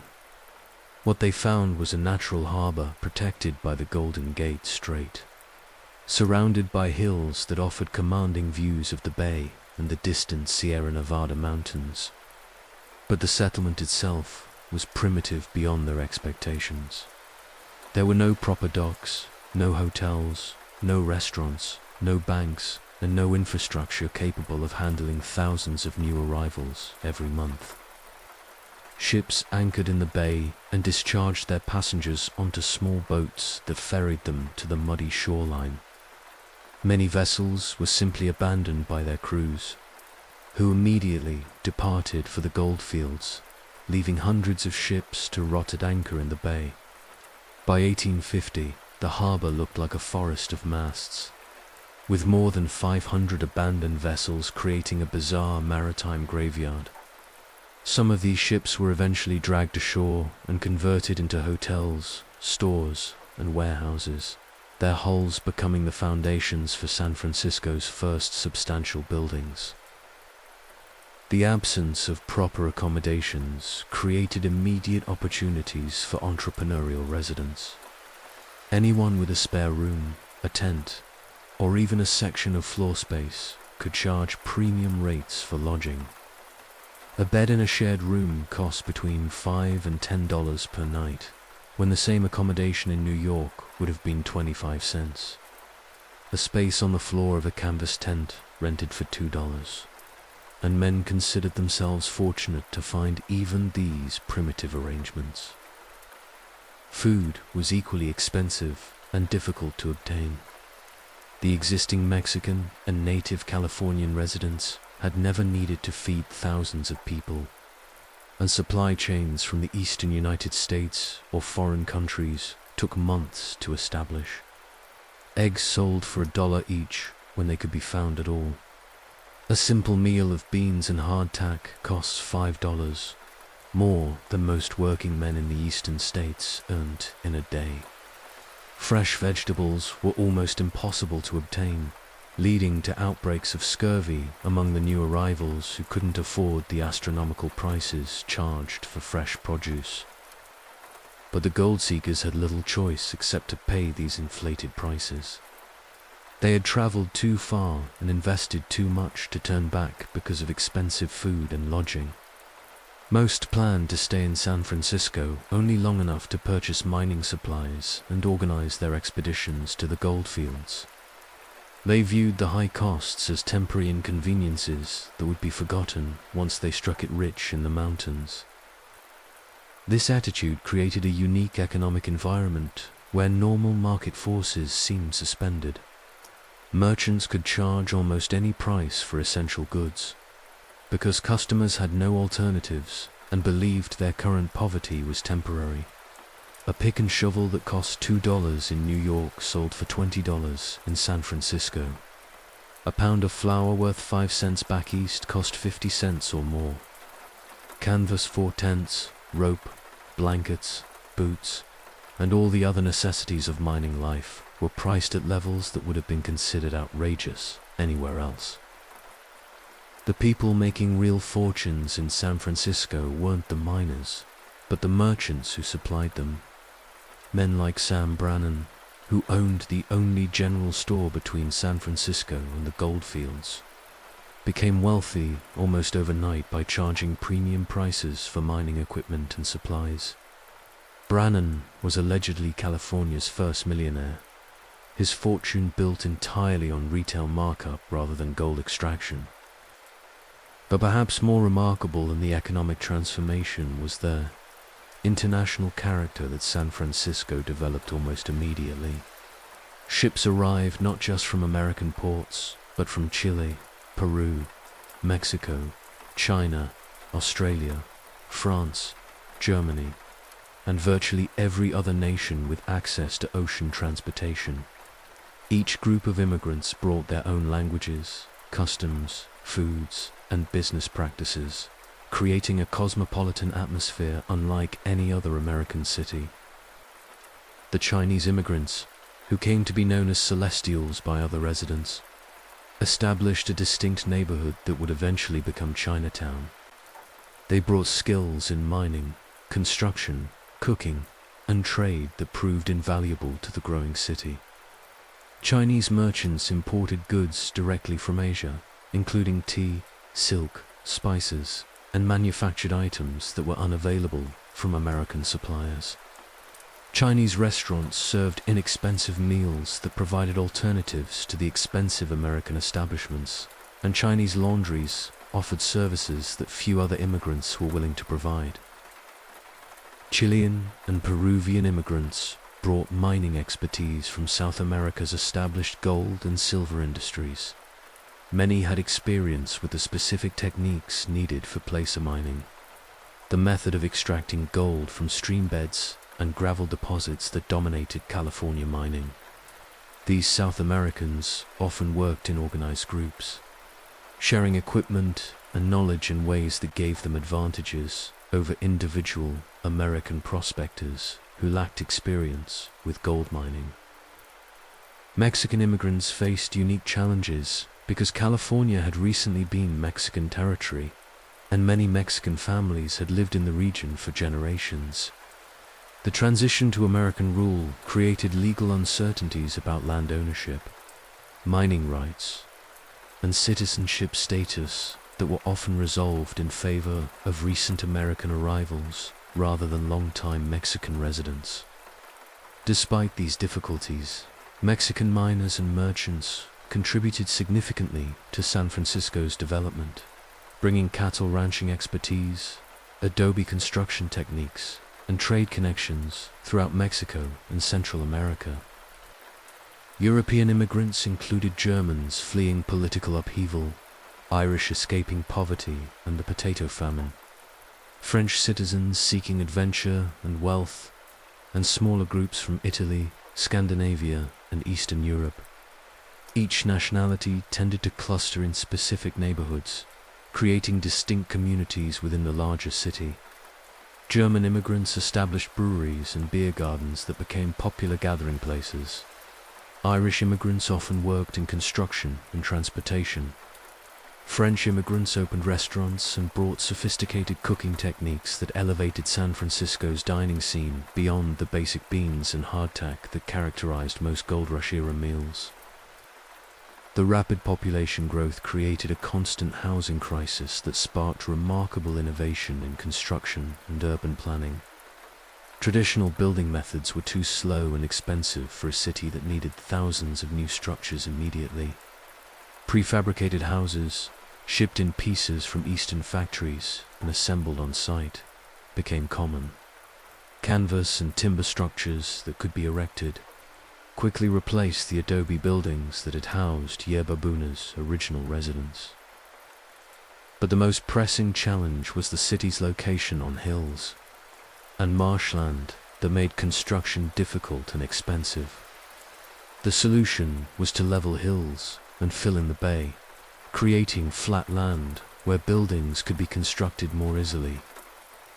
This massive, earth-moving project transformed San Francisco's geography permanently, with entire hills disappearing and large sections of the bay being converted to dry land. The fill material often included garbage, abandoned ships, and debris from construction projects, creating unstable foundations that would cause problems during earthquakes decades later. The entertainment industry flourished in this environment of temporary wealth and social displacement. Men who had left families behind and expected to return home within a year or two sought diversions from the hard work and uncertainty of their California adventure. Gambling houses operated around the clock, offering card games, dice, roulette, and other games of chance. Two miners who arrived in town with pockets full of gold dust and nuggets. These gambling establishments ranged from crude tents with makeshift tables to elaborate venues with crystal chandeliers, imported furniture, and professional dealers. The most famous was the El Dorado, a lavishly decorated casino that occupied an entire city block and employed dozens of dealers, bartenders, and security personnel. Fortunes were won and lost nightly at the El Dorado's tables, with some miners gambling away months of hard-earned gold in a single evening of cards. Theatrical entertainment also thrived, despite the city's frontier conditions. Makeshift theaters were constructed from canvas and lumber, presenting everything from Shakespeare to popular melodramas. The audiences were overwhelmingly male and often rowdy, but they were hungry for entertainment that reminded them of the civilization they had left behind. Actresses who were willing to perform in these rough venues could earn substantial sums, as men competed to shower them with gold dust and expensive gifts. Music halls and dance halls provided less refined entertainment, featuring popular songs, folk music, and social dancing. These venues served as important social centers where immigrants from different countries could interact and form the relationships that would help them survive in their new environment. Many marriages occurred between immigrants who met at these social gatherings, creating the family foundations that would transform San Francisco from a temporary mining camp into a permanent city. The city's rapid growth created opportunities for women that didn't exist in more established American communities. With thousands of men and very few women, any woman willing to work could find employment at wages far above what she could earn elsewhere. Women opened boarding houses, restaurants, laundries, and retail stores. Some became quite wealthy by providing services that the overwhelmingly male population needed but couldn't provide for themselves. However, the same gender imbalance that created economic opportunities for women also made the city dangerous for them. Violence was common, law enforcement was minimal, and social conventions that protected women in other communities were often ignored. Women who ventured out alone, especially at night, faced risks that would have been unthinkable in established eastern cities. The absence of effective law enforcement created a unique social environment where disputes were often settled through violence rather than legal processes. The city had no established police force, no proper courts, and no jail facilities adequate for its population. Vigilante justice became common, with groups of citizens taking law enforcement into their own hands when they felt threatened by criminal activity. Fire was perhaps the greatest constant threat to San Francisco during this period. The combination of rapid construction using flammable materials, inadequate water supplies, strong winds from the bay, and careless use of candles and oil lamps created perfect conditions for devastating fires. Between 1849 and 1851, 6 major fires destroyed large sections of the city, burning thousands of buildings and causing millions of dollars in damage. Each fire was followed by immediate rebuilding, usually with the same flammable materials that had burned before. The cycle of construction, fire, and reconstruction became a defining characteristic of Gold Rush-era San Francisco. Property owners learned to expect periodic destruction and planned their investments accordingly. Some buildings were designed to be easily dismantled and moved to safer locations when fires threatened. The fire of May 1851 was particularly devastating, destroying over 2,000 buildings and leaving thousands of residents homeless. But within weeks, construction was underway on new structures. And within months, the burned areas had been completely rebuilt. This resilience became part of San Francisco's character, a willingness to start over repeatedly in pursuit of opportunity and growth. As the 1850s progressed, San Francisco began to mature from a chaotic mining camp into a proper city. Banks were established to handle the enormous quantities of gold flowing through the community. Wells Fargo, founded in 1852, became the most famous of these institutions, providing both banking services and express delivery to mining camps throughout California. The company's stagecoaches and armed guards became symbols of the emerging order in the previously lawless territory. Educational institutions followed, as families began settling permanently in the city. Schools were established for the children of immigrants who had decided to make California their permanent home rather than returning to their countries of origin. Churches of various denominations were built to serve the spiritual needs of the diverse population. Newspapers were founded to keep residents informed about local events, gold discoveries, and news from around the world. By 1860, San Francisco had evolved into the largest city on the Pacific coast, with a population approaching 60,000 residents. The easy place of gold that had triggered the initial rush was largely exhausted, but the city had developed an economic base that didn't depend entirely on mining. Manufacturing, shipping, banking, and trade with Asia had created sustainable industries that would support continued growth even as the excitement of the gold rush faded. The transformation was remarkable by any historical standard. In just 12 years, a village of 200 people had become a major American city, complete with sophisticated financial institutions, international trade networks, cultural amenities, and urban infrastructure. The gold rush had provided the initial catalyst, but human ingenuity, international immigration, and entrepreneurial energy had created something far more lasting than temporary mining camps. San Francisco's gold rush legacy continues to influence the city today. The international character established during the 1850s persists in neighborhoods like Chinatown and North Beach. The entrepreneurial spirit that created fortunes from supplying miners evolved into the venture capital culture that would later finance Silicon Valley. The willingness to rebuild after disasters, demonstrated repeatedly during the gold rush fires, would prove essential during the 1906 earthquake and fire. Most importantly, San Francisco, during the gold rush, demonstrated that American cities could develop differently from their European predecessors. Instead of growing gradually over centuries, cities could emerge rapidly in response to economic opportunities. Instead of rigid social hierarchies, they could embrace diversity and mobility, Instead of being limited by traditional industries, they could create entirely new economic foundations based on innovation and adaptation. The legal system that eventually emerged in Gold Rush San Francisco was unlike any other in American history. Traditional legal structures proved inadequate for a city growing so rapidly and filled with people from so many different legal traditions. Mexican law had governed California until recently, but American territorial authorities were attempting to impose common law principles on a population that included people familiar with French civil law, Spanish colonial law, Chinese customary law, and various other legal traditions.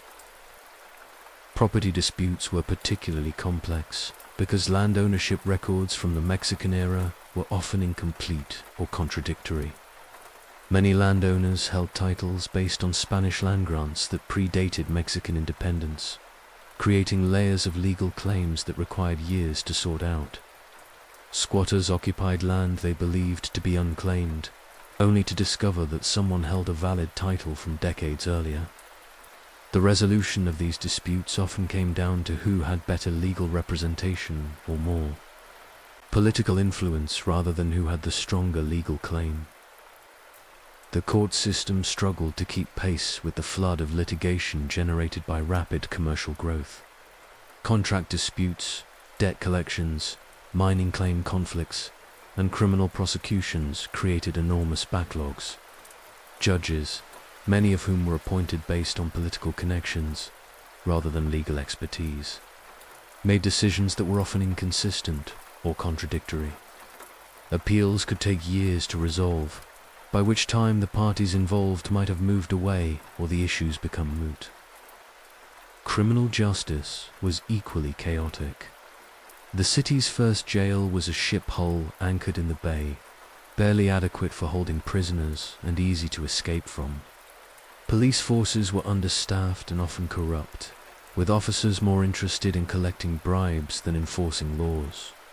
Witnesses were reluctant to testify in criminal cases because of fears of retaliation and because appearing in court meant losing workdays they couldn't afford to sacrifice. This breakdown of formal justice led to the formation of vigilance committees, groups of citizens who took law enforcement into their own hands. The most famous of these formed in 1851, when a series of fires and robberies convinced business owners that official authorities were either incompetent or complicit in criminal activity. The Vigilance Committee arrested suspected criminals, conducted quick trials, and executed those found guilty, sometimes within hours of their arrest. While the committee's supporters argued that decisive action was necessary to restore order, critics pointed out that mob justice violated fundamental principles of due process and individual rights. The tension between order and liberty that characterized Gold Rush San Francisco reflected deeper questions about what kind of society Americans wanted to create in the West. Would it be a place where traditional Eastern values of stability, hierarchy, and gradual progress prevailed? Or would it embrace the frontier values of individual initiative, rapid change, and minimal government interference? Different ethnic and national groups brought different assumptions about these questions, creating ongoing debates that shaped the city's political and social development. Infrastructure development struggled to keep pace with population growth. The city's streets, originally laid out for a village of a few hundred people, became hopelessly inadequate for tens of thousands of residents. Wagons and pedestrians competed for space on narrow thoroughbeds that turned into rivers of mud during rainy weather. The lack of proper drainage meant that water pooled in low-lying areas, creating breeding grounds for mosquitoes and contributing to outbreaks of malaria and other diseases. Sanitation was virtually non-existent by modern standards. There were no sewers, no organized garbage collection, and no public health regulations governing waste disposal. Residents threw garbage into the streets, where it accumulated until rain washed it into the bay, or enterprising individuals collected it for various purposes. Human waste was deposited in outdoor privies that often overflowed during storms, contaminating wells and water sources. The resulting public health crisis contributed to frequent outbreaks of cholera, typhoid, and dysentery. Water supply was another constant challenge. The surrounding hills had limited springs and streams, insufficient for the growing population's needs. Water vendors sold drinking water door to door at premium prices, filling their barrels from sources of dubious quality. Wealthier residents could afford to have water delivered regularly, but poorer inhabitants made do with whatever they could collect or access. Firefighting was severely hampered by the lack of reliable water sources, contributing to the devastating fires that repeatedly destroyed large sections of the city. The development of mutual aid societies and fraternal organizations provided crucial social support networks in a city where traditional family and community structures were largely absent.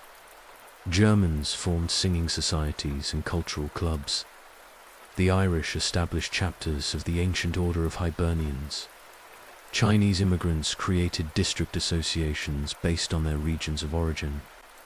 These organizations provided not just social connection, but also practical assistance with employment, housing, financial emergencies, and funeral arrangements when members died far from their ancestral homes. Religious institutions played important roles in attempting to bring moral order and social services to the chaotic city. Churches and synagogues established schools, orphanages, and hospitals when government services were non-existent or inadequate. Ministers and rabbis provided counseling and mediation services, helping resolve disputes and offering guidance to people struggling with the moral complexities of gold rush life. Religious leaders also spoke out against vice and corruption, though their influence was limited in a society where many residents prioritized wealth accumulation over spiritual concerns. The newspaper industry flourished in gold rush San Francisco, with dozens of publications competing for readers among the literate population. These newspapers served multiple functions beyond simply reporting news. They provided connections to distant homes through reprinted articles from Eastern papers. They offered forums for political debate and social commentary. They published business advertisements that helped merchants reach customers. They even provided entertainment through serialized stories, poetry, and humorous sketches. Some newspapers catered to specific ethnic communities, publishing in languages other than English to serve immigrant populations. Chinese language newspapers kept their readers informed about developments both in San Francisco and in China. German language publications maintained connections to European political and cultural developments. Spanish language papers served the established Californio, population whose influence was declining but whose presence remained significant. The performing arts evolved beyond simple entertainment to become sophisticated cultural institutions that rivaled those in eastern cities. Opera companies performed works by European masters, attracting audiences willing to pay substantial sums for the cultural experience. Theatrical productions became more elaborate, with professional actors, complex sets, and ambitious productions that demonstrated San Francisco's cultural aspirations. These performances provided not just entertainment, but also social occasions where the city's elite could display their wealth and refinement. Visual arts also found markets in Gold Rush San Francisco. Photographers established studios to create portraits that miners could send home to families, capturing images of men transformed by their California experiences. Painters found commissions from newly wealthy residents who wanted their success immortalized on canvas. The combination of available wealth and desire for cultural legitimacy created opportunities for artists that wouldn't have existed in more established cities where traditional patronage networks already controlled access to wealthy clients. Publishing expanded beyond newspapers to include books, maps, and guides aimed at gold seekers and new residents. These publications ranged from practical handbooks about mining techniques and mining/ags. In my imagination, the world seems to pause. The world seems to pause. Publishing expanded beyond newspapers to include books, maps, and guides, and guides, and guides, and guides, and guides, and guides, and guides, and guides, and guides, and guides their guides. These publications ranged from practical handbooks about mining techniques and mist, and dispensing those California geography to more literary works that attempted to capture the unique character of gold rush life. Some authors achieved significant success by documenting their Californian experiences for Eastern audiences, hungry for authentic accounts of life in the goldfields and boomtowns. The medical profession in Gold Rush San Francisco faced extraordinary challenges that tested the limits of 19th century medical knowledge. Epidemics of cholera, typhoid, and other infectious diseases swept through the crowded city regularly, killing hundreds of people before running their course. Doctors had limited understanding of disease transmission and few effective treatments for most conditions. The best they could offer was palliative care and quarantine measures that were often ignored or circumvented by residents desperate to continue their business activities. Injuries from violence, accidents, and the hazards of mining and construction work kept doctors busy treating trauma cases. Gunshot wounds, stab wounds, broken bones, and crush injuries were common occurrences in a city where dangerous work and interpersonal violence were everyday realities. Surgical techniques were primitive by modern standards, with no anesthesia beyond alcohol and no understanding of antiseptic procedures. Survival from serious injuries often depended more on the patient's constitution than the doctor's skill. Mental health problems afflicted many Gold Rush participants who found themselves unable to cope with the stress, disappointment, and isolation of their California experiences. Depression, anxiety, and what would now be recognized as post-traumatic stress affected miners who had witnessed violence or survived near-death experiences. Alcoholism and drug addiction, particularly to laudanum and other opium-based medicines, provided temporary escape but created additional problems. The city had no mental health facilities or treatment programs, leaving those suffering from psychological distress to either recover on their own or descend into permanent disability. The financial sector that emerged in Gold Rush San Francisco laid foundations for the city's future as a major banking center. The enormous quantities of gold flowing through the city required secure storage, assaying services to determine purity and value, and transfer mechanisms to move wealth from California to other locations. Banks that could provide these services reliably found eager customers among miners, merchants, and investors. The most successful banking operations combined security with speed, allowing customers to convert gold into cash or bank drafts quickly and efficiently. Currency was a constant problem in Gold Rush San Francisco because the region had insufficient supplies of official American coins.